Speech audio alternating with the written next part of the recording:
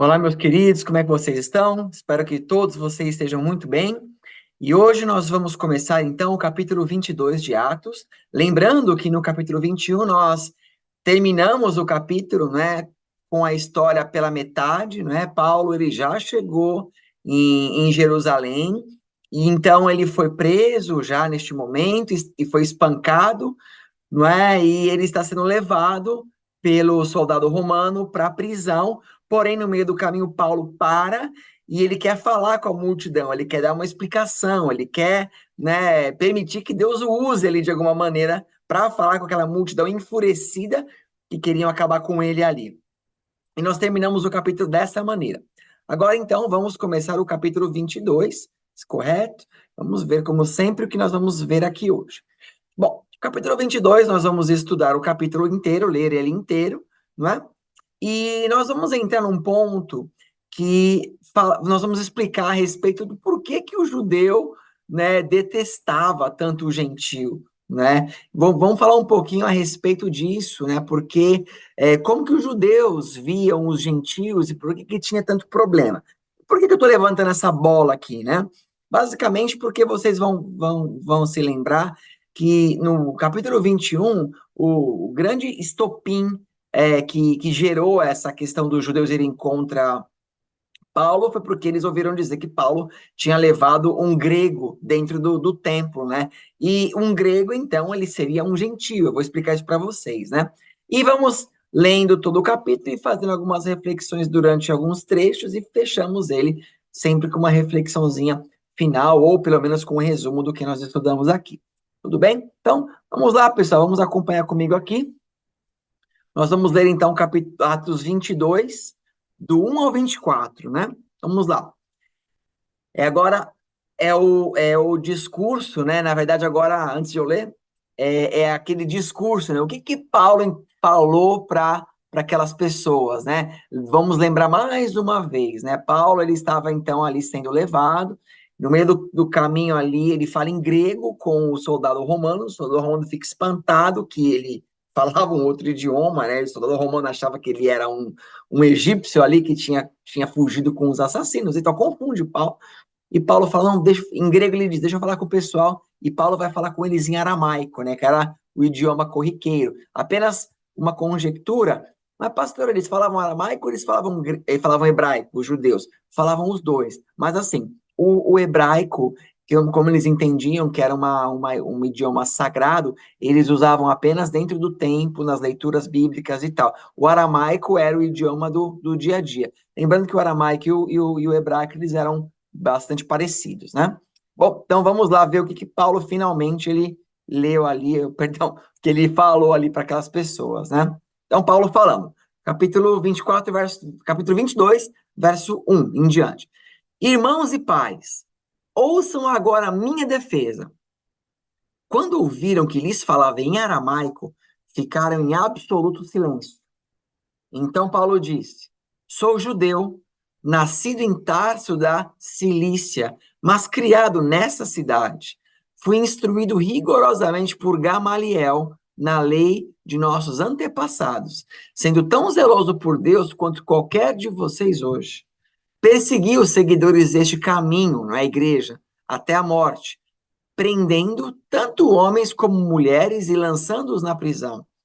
Mas, como o podem testemunhar o sumo sacerdote e todo o conselho, de quem cheguei a obter cartas para seus irmãos em Damasco, e fui até lá a fim de trazer essas pessoas a Jerusalém como prisioneiras para serem punidas. Por volta do meio-dia, eu me aproximava de Damasco, quando, de repente, uma forte luz vinda do céu brilhou ao meu redor. Caí por terra e ouvi uma voz que me dizia: Saulo, Saulo, por que você está me perseguindo? Então perguntei: Quem és tu, Senhor? E ele respondeu: Eu sou Jesus, o Nazareno, a quem você persegue. Os que me acompanhavam viram a luz, mas não entenderam a voz daquele que falava comigo. Assim perguntei: O que devo fazer, Senhor? Disse o Senhor: Levante-se, entre Damasco, onde lhe será dito o que se deve fazer. Verso 11 agora. Os que estavam comigo me levaram pela mão até Damasco, porque o resplendor da luz me deixara cego. Um homem chamado Ananias, piedoso, segundo a lei e muito respeitado por todos os judeus que ali viviam, veio me ver e, pondo-se junto a mim, disse: Irmão Saulo, recupere a visão. Naquele mesmo instante pude vê-lo. Então ele disse: O Deus dos nossos antepassados o escolheu para conhecer a sua vontade, ver o justo e ouvir as palavras de sua boca. Né? Percebam aqui que o justo está com J maiúsculo, né? Então, falando de Cristo, né? Você será testemunha dele e todos os homens daquilo que viu e ouviu. E agora, o que está esperando? Levante-se, seja batizado e lave os seus pecados, invocando o nome dele. Quando voltei a Jerusalém, estando eu a orar no templo, caí em êxtase e vi o Senhor que me dizia: Depressa, saia de Jerusalém imediatamente, pois não aceitarão o seu testemunho a meu respeito. Eu respondi: Senhor, estes homens sabem que eu ia de uma sinagoga a outra, a fim de prender e açoitar os que criam em ti. Então foi derramado o sangue da tua testemunha Estevão. Eu estava lá, dando a minha aprovação e cuidando das roupas dos que o matavam. Então o Senhor me disse: Vá, eu o enviarei para longe aos gentios. A multidão ouvia Paulo até que ele disse isso. Então todos levantaram a voz e gritaram: Tire esse homem da face da terra, ele não merece viver. Estando eles gritando, tirando as suas capas e lançando poeira para o ar, o comandante ordenou que Paulo fosse levado à fortaleza e fosse açoitado e interrogado para saber para saber por que o povo gritava daquela forma contra, contra ele. Então, deixa eu dar uma pausa aqui, pessoal. Vamos só fazer uma breve explicação de tudo que a gente leu aqui. Então, a gente percebe que Paulo ele começou ali a, a fazer a sua defesa. E na hora que ele fala em aramaico, né, que era o idioma que os hebreus falavam, né, fluentemente, viam que Paulo tinha uma fluência, então eles entendiam que, de fato, Paulo, ele era grego, né, ele não era grego, na verdade, perdão, que Paulo era hebreu, né, por mais que ele tivesse uma cidadão romana, mas ele era hebreu, tá? E aí ele começa a fazer, então, toda essa explicação, e eles vão ouvindo, né? E é muito bonito ouvir Paulo falando, ele, da boca dele, testemunhando tudo ali, o que ele viveu, como Jesus apareceu para ele, né? Ele dá alguns detalhes, por exemplo, ele fala que aquilo que Jesus falou com ele, embora os soldados que estavam ao redor viram uma luz, mas eles não entendiam nada do que estava acontecendo, não entendiam a voz de Jesus ali, né? E aí ele é levado ali, né, por Ananias, perdão, ele é levado ali para Jerusalém, né, onde Ananias, o profeta, ora a pedido de Deus sobre ele, Paulo, né, então, recupera a visão, ele começa então ali a desenvolver todo o ministério dele e tal, e ele vai dizendo, olha, eu era como vocês, inclusive não, quando Estevão morreu, eu consenti que ele morresse, não é? Mas, né, Deus falou comigo e Deus mandou ir para os gentios. Aí vem a questão, né? Na hora que ele falou que Deus mandou ele para os gentios, então os judeus ali se escandalizaram, começaram a jogar poeira para o alto, né? Que eles tinham uma tradição de quando eles estavam indignados ou em luto, né, algo do tipo, eles rasgavam as roupas, pegavam a terra e jogavam na cabeça, né, que era um sinal de que eles estavam indignados, ou que estavam chateados, ou que estavam tristes, ou que estavam de luto, né, e eles começaram a fazer isso bem na hora que Paulo falava dos gentios, então aquela multidão começou a se alvoroçar de novo, aí o soldado vai pegar Paulo, vai levar ele embora, né, vai prender ele, para que ele fosse então ali açoitado, para depois descobrir por que ele estava batendo, né, mas o ponto que pega para nós aqui é agora essa questão dos gentios, né? Então, a pergunta que nós temos aqui é: por que os judeus não gostavam dos gentios? Né? Por que tinha essa diferença, esse problema entre judeu e gentio, né? O que a gente pode aprender um pouco? Bom, Vamos lá, pessoal. Então, primeira coisa, a pergunta é, quem eram, né, os gentios, né? Vou minimizar só para você ler aqui, mas vou ler com vocês, acho que fica mais fácil, né? Bom, os gentios eram todos os povos que não eram judeus. Um judeu não devia casar com um gentio, porque os gentios não adoravam a Deus, nem obedeciam à lei de Moisés. Um gentio até podia se converter ao judaísmo. Então toda aquela nação, todo aquele povo que não era judeu, né, ele era gentio. Então saiu de Israel, é gentio. Então, ou é judeu, né, então um judeu ali, né, o povo de Israel, ou descendente das 12 tribos e tal, né? Na verdade, talvez o correto seria falar, né, israelitas, né, que judeu seria descendentes da tribo de Judá, tá? Né? Mas, enfim, mas assim, hoje convencionalmente chama-se, né, os israelitas de judeus, né? E é normal, é entendível na época de hoje, tá? Mas os judeus era todo aquele que não era, né? Os gentios eram todos aqueles que não eram judeus, né? E, né? O que mais eu posso falar sobre isso? E qual que era a relação dos judeus com os gentios, né? Então, vamos lá, né? Deixa eu minimizar aqui um pouquinho. Os gentios, eles podiam conviver com os judeus, fazer negócios e morar até entre eles, tá? Entre eles, né? A lei de Moisés não permitia maltratar os estrangeiros, conforme Levítico 19, do 33 ao 34, que diz aqui: se o estrangeiro peregrinar em vossa terra, não o oprimireis. Como o natural, será entre vós o estrangeiro que peregrina convosco, amá-lo-eis como a vós mesmos, pois estrangeiros fostes na terra do Egito, eu sou o Senhor, o vosso Deus.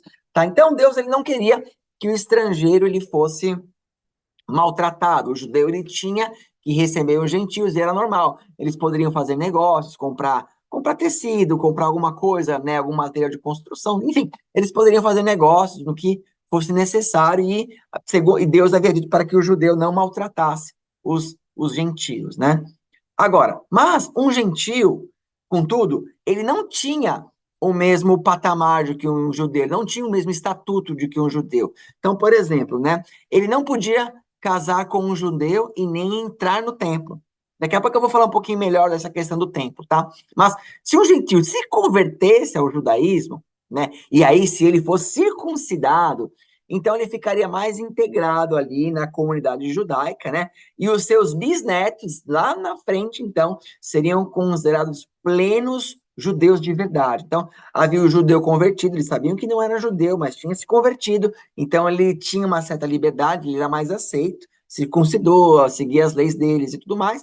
E, né, o neto, né, bisneto dele, então, seria de fato judeu, mesmo que seu bisavô lá atrás não tivesse sido, né? Deuteronômio 23, do 7 a 8 diz: não aborrecerás o edomita, pois é teu irmão, nem aborrecerás o egípcio, pois estrangeiros foste na sua terra.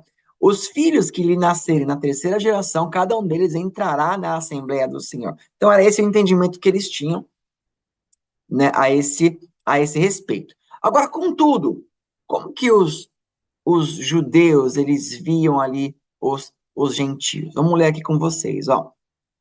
Por causa das regras da dieta, os judeus não comiam na casa dos gentios, porque eles comiam alimentos impuros.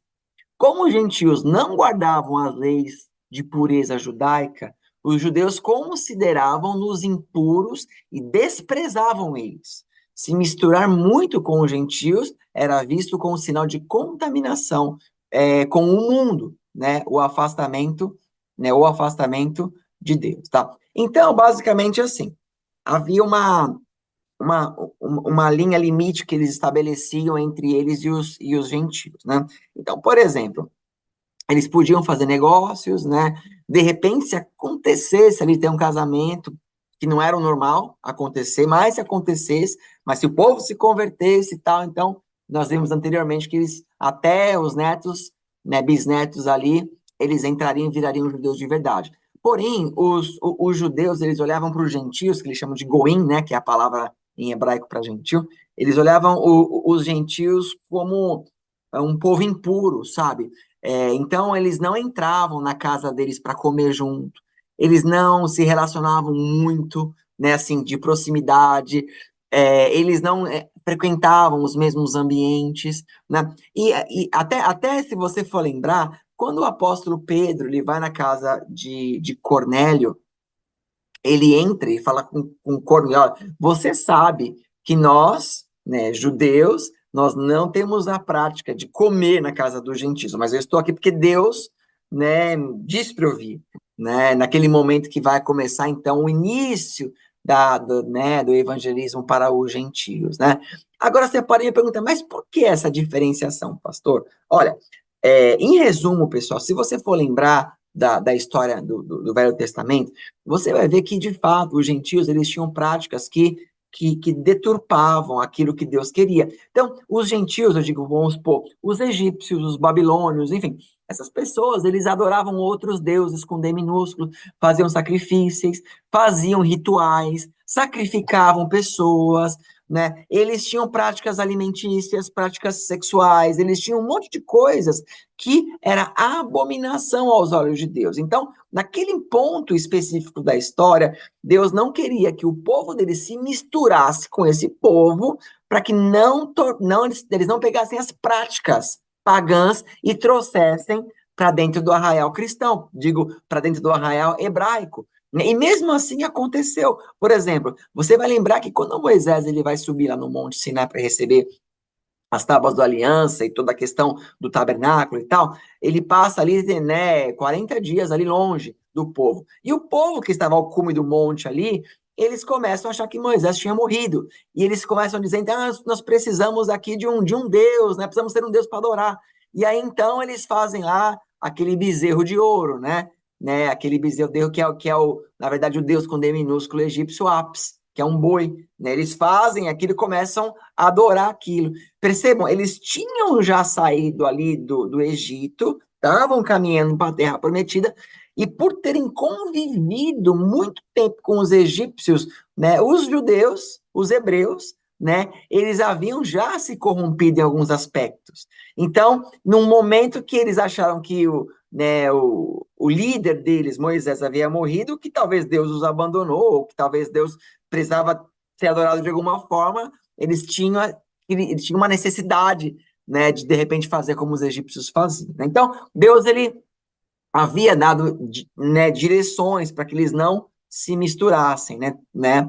Bom, agora, por que era a abominação para o judeu que um gentio entrasse no templo, né? Então, falando de templo, né, como aconteceu ali no caso de Paulo, que foi acusado, que levou lá um grego, né, dentro do templo, por que que isso era uma abominação? Bom, como eu falei, embora Deus havia pedido, né, havia dito para tratar bem os gentios, né? Mas, como eu falei também, Deus ele pedia para que não houvesse misturas entre os povos, né? Então, uma pessoa, para ela estar no templo, né, por exemplo, tinha que ser convertida ao judaísmo, né? Tinha que ser convertida a Deus, né? Tinha que crer em Deus de verdade, tinha que aceitar, né, o Senhor Criador como Senhor, né?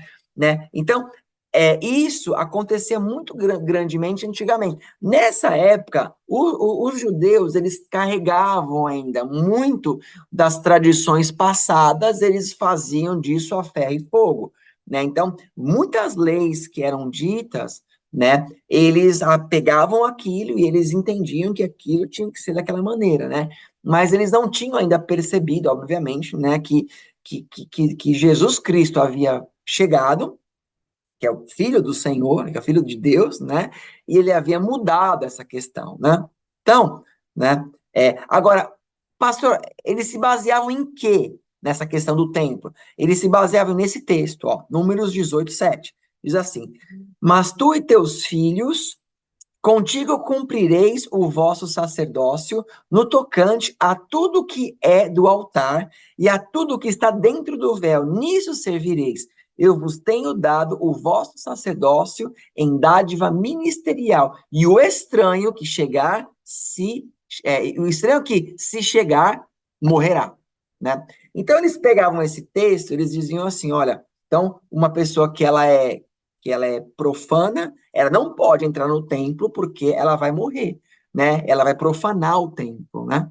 Então, basicamente, eles se baseavam nisso. Só que se a gente parar para pensar, né? Quando a gente estuda o texto, quando a gente entende, talvez, de repente, como o estranho é aquele, o estranho que não entra na presença do Senhor, o estranho seria aquele que, de repente, né, numa outra interpretação, seria aquela pessoa que não é convertida, aquela pessoa que não segue a Deus, ou aquela pessoa que não está seguindo as leis, né? Então, um próprio judeu poderia ser um estranho se ele não estivesse seguindo a vontade do Senhor, e poderia até mesmo ele morrer, né? Como aconteceu em alguns momentos, em alguns textos em Êxodo, em Levítico, que você vê.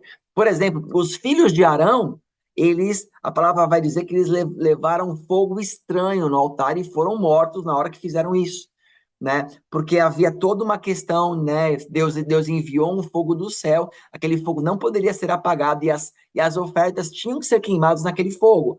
E um dia os filhos de Arão, né, fizeram um fogo, queimaram alguma coisa, e vieram com tochas, com lâmpadas, com lamparinas, com fogo, dizendo: olha, Deus falou conosco, nós também temos esse fogo. E queimaram incenso ali, queimaram incenso, não, queimaram ofertas, ou enfim, apresentaram um fogo estranho, né?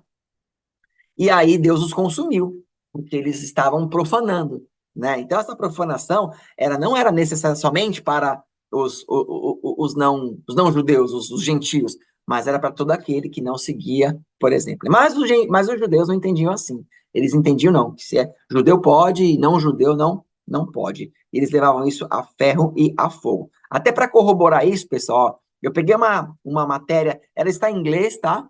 Mas é do timesofisrael.com. E aqui, né, no descrito aqui, eu vou voltar minha tela já para não deixar aqui, mas né, nesse documentário aqui, nesse texto aqui, né, eles comentam aqui de Números 18:7, né?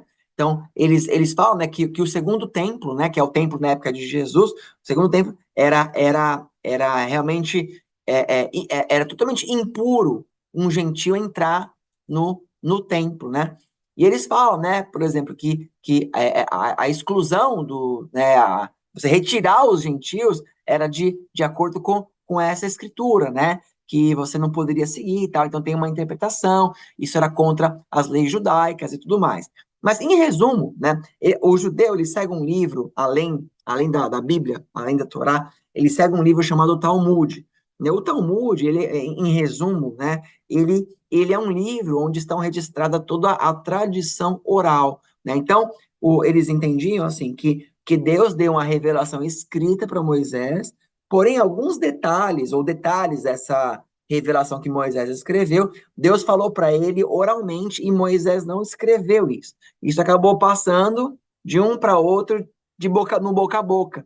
Até então, que em algum momento decidiram registrar isso no Talmud, né, que é o livro, né, um sagrado para eles. E também ali no Talmud tem muitos escritos ali de rabinos de várias épocas, né, que eles usam até hoje para se basear, né?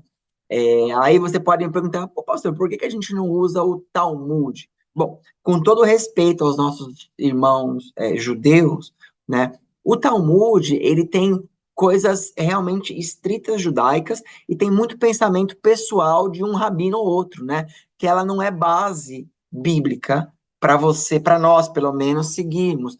Então, o Talmud, ele vai trazer algumas coisas, inclusive até coisas agressivas contra o nosso Senhor Jesus Cristo, escritos lá, que ela não corrobora com o que a Bíblia nos revela. Então para nós, ele não é um livro inspirado pelo Espírito Santo, né? Para os judeus, sim, para os judeus eles entendem que é. E lá no Talmud, né, por exemplo, inclusive lá tem um rabino dele chamado Maimônides, né?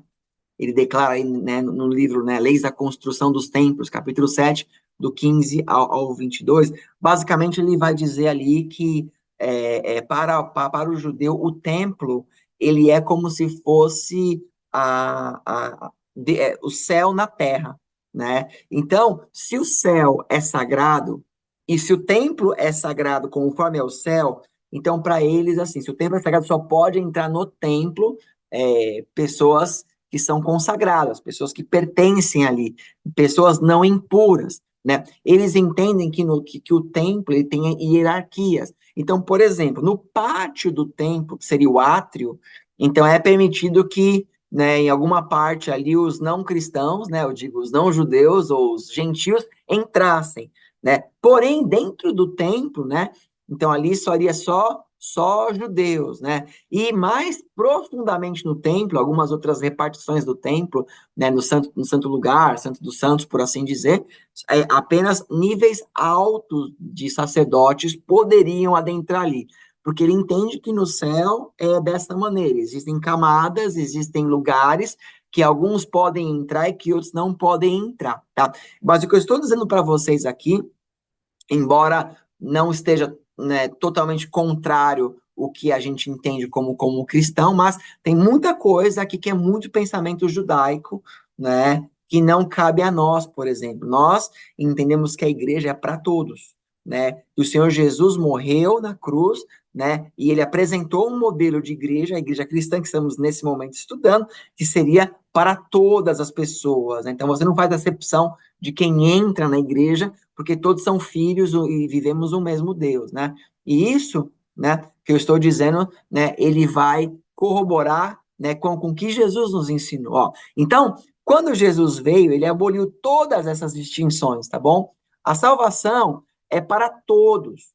Os primeiros cristãos tiveram alguma dificuldade em entender isso no início, né? Nós vimos isso. Mas os cristãos judeus pensaram que a salvação não era para os gentios. Depois pensaram que os cristãos gentios deviam obedecer às leis judaicas para serem salvos. Os cristãos gentios não sabiam distinguir o que deviam ou não cumprir. Então, se você lembrar no começo, em princípio, os apóstolos só ficavam em Jerusalém, né, pregando para os judeus ali, achavam que só eles poderiam ser salvos.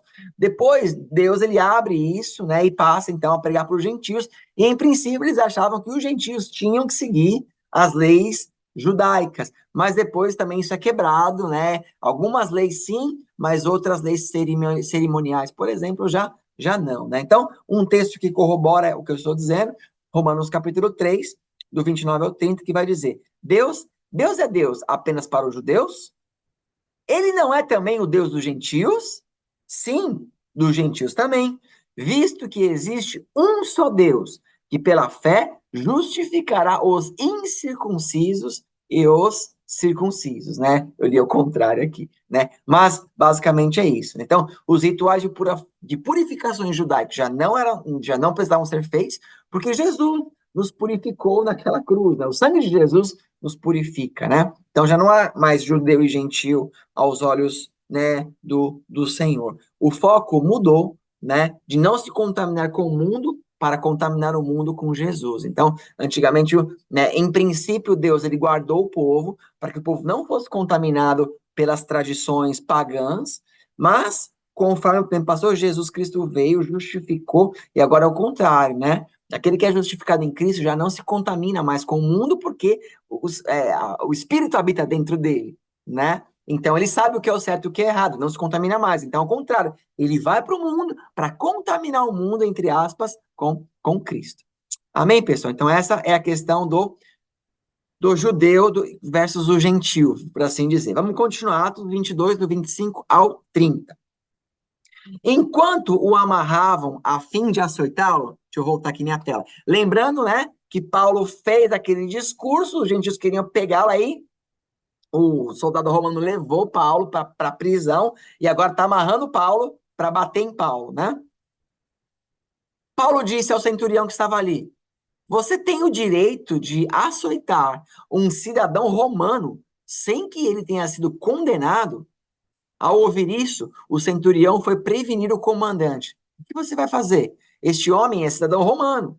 O comandante dirigiu-se a Paulo e perguntou: Diga-me, você é cidadão romano?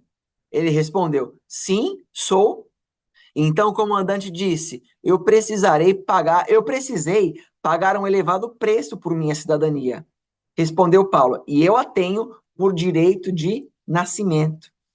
Os que iam interrogá-lo retiraram-se imediatamente. O próprio comandante ficou alarmado ao saber que havia prendido um cidadão romano.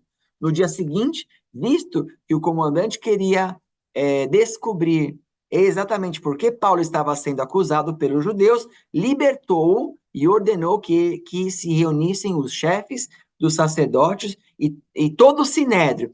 Então, trazendo Paulo, apresentou a eles, né? Então, basicamente, pessoal, nós estamos vendo o quê? Que na hora que o centurião ali foi bater em Paulo, Paulo, ele usou, né, da carteirada.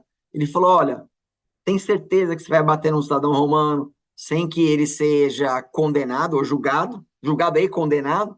Aí ele parou, né? Como eu já expliquei em algumas outras aulas, né? Os romanos, eles tinham um zelo muito grande com as próprias leis deles próprios, né? Obviamente, então, e uma das leis era que um cidadão romano não poderia ser açoitado, né, ou ser punido sem que ele tivesse passado por um julgamento previamente e houvesse sido condenado, tá? Então, e se um centurião batesse, ele também seria punido por ter batido, né? Então tinha um zelo e pau deu cartão, você não vai me bater. Olha só, eu sou cidadão romano, né?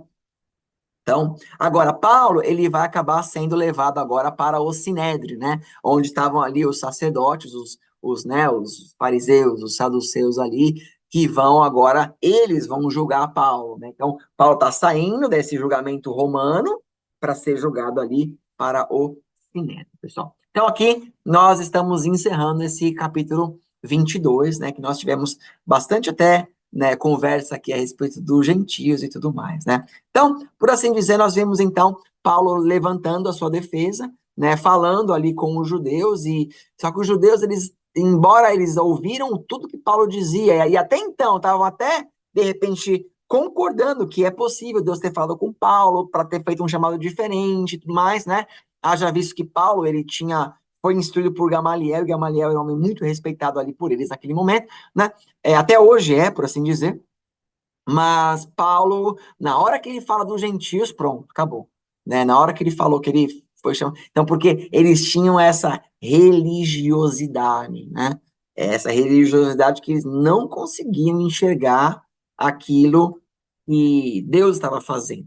E eu vou dizer, queridos, a religiosidade é um negócio muito sério, porque as pessoas às vezes apegam-se a uma tradição, às vezes não entendem porque estão naquela tradição e não conseguem observar que Deus está fazendo, mudando em coisas novas. É basicamente igual uma pessoa que ela decide por um partido político porque tradicionalmente a família veio dessa tradição. Ou aquela pessoa que ela decide seguir um tipo de religião porque vem de uma tradição, mas ela mesma não entende exatamente por que ela faz isso. Mas, enfim, Paulo faz a defesa ali, né?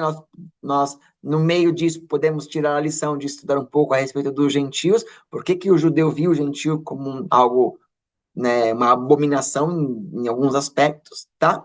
E agora Paulo, ele não vai ser mais julgado pelos romanos, em princípio será julgado no Sinédrio, né, pelos judeus, né, aquele mesmo Sinédrio que condenou a Cristo, aquele mesmo Sinédrio que buscava, né, encontrar problemas nos apóstolos, em Pedro, em João, né, e enfim, né? Bom, e é isso, pessoal. Nós vamos estudar então a continuação dessa história no capítulo 23, tá bom? Bom, vamos fazer uma oração. Se você puder fechar os seus olhos, amém?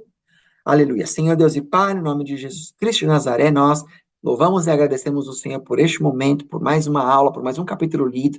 Obrigado, Deus, por estar nos trazendo ensinamentos tão maravilhosos em todo estudo do capítulo de Atos. Estamos felizes porque até aqui estamos conseguindo acompanhar o Senhor, estamos seguindo, e eu creio que muitas coisas ainda virão, ainda o Senhor tem muito a nos revelar. Eu agradeço o Senhor por tudo que o Senhor nos faz, em nome de Jesus Cristo. Amém. Amém, pessoal. Mais uma vez, eu peço encarecidamente, né, que você comente põe um comentário na aula, um comentário, né, nas descrições ali, põe o seu joinha, põe um coração, né? Eu tenho visto uma média de pessoas que assistem as nossas aulas, né? Até este momento, uma média ali de umas 60 pessoas, né? que estão assistindo fielmente. Eu agradeço todos vocês que estão acompanhando. Espero que esteja sendo bom para vocês.